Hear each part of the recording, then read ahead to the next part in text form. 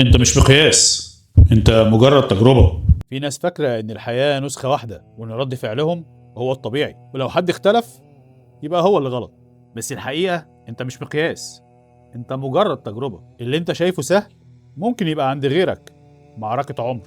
أنت بس شايف المشهد وهو عايش الفيلم كله، واللي أنت شايفه معقد ممكن غيرك يعديه وهو بيضحك، مش عشان هو أحسن ولا عشان أنت أضعف، بس عشان كل واحد فيكم اتدرب على حياة غير التاني.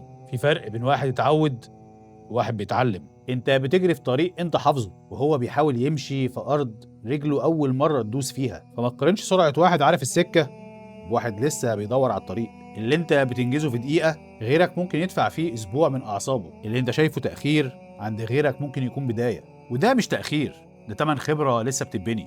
اكبر غلطه انك تستخف بوجع حد عشان انت مش حاسس بيه. مش كل الناس عندها نفس القدره على تحمل الالم. احساس غيرك مش تفاهه ولا استعباط. في وجع بيبان ووجع بيستخبى عشان صاحبه يكمل، وفي ناس ساكتة بس جواها دوشة تكفي مدينة. فما تسميش ده ضعف ولا تلبسه حكم جاهز. انت بتحكم من النتيجة وهو لسه عايش الرحلة. الحكم دايما محتاج علم، وانت لسه ما درستش حياته، لا عشت ظروفه ولا شفت ايامه ولا شفت ازاي قام بعد ما وقع. فبأي حق تحكم عليه؟ لو ما كانش جواك نفس الجروح يبقى ظلم انك تحكم بنفس الاحكام. سيب الناس تعدي رحلتها بالسرعه اللي تناسبها، لان ببساطه مش كل الناس نسخه منك، ولا كل الحروب بتتشاف بالعين. ودي مش نصيحه، دي مجرد تجربه من مجموعه تجارب.